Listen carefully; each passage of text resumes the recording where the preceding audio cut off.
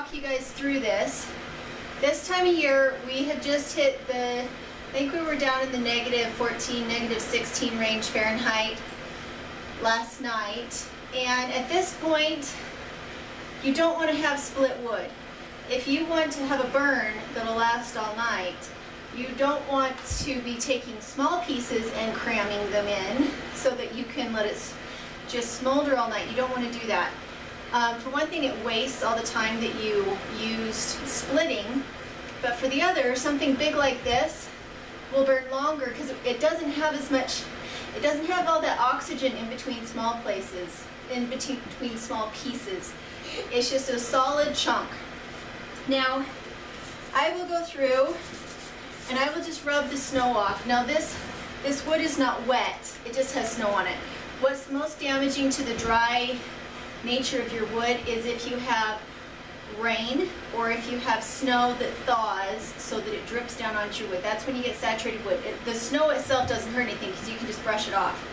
And it's cold enough that the wood isn't going to absorb anything from that snow. So I'll just rub it off. A lot of times when I'm out at the wood pile, I will bang it on something to get most of it off. Make sure you're not banging it on your wheelbarrow or your sled, because that'll, in that kind of cold, it'll crack any tool you hit it on. So I'll just hit it on other wood. And then you want a piece that's just as big as will possibly fit in that wood box. And then you close everything down. And it'll burn for 6 to 8 hours. And it'll just sit in there and smolder. And it'll keep your house warm. That's what we do when we go into town, is we fill it up with one piece and then we close it down so no oxygen can get to it. The only way that really works is if you have a good bed of coals.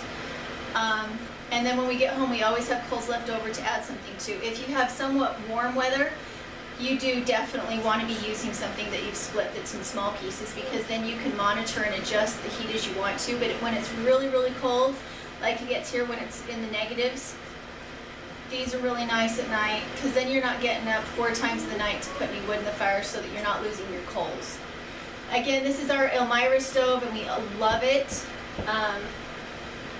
Yeah, it makes wintertime wonderful and it's easy to clean out. And anyway, I just thought I'd share that with you guys. If you're going to be cooking with it, you always want to use small pieces of wood so that you can adjust the heat up and down as you need to. You do not use large pieces of wood for cooking with your wood stove. Should I turn it off?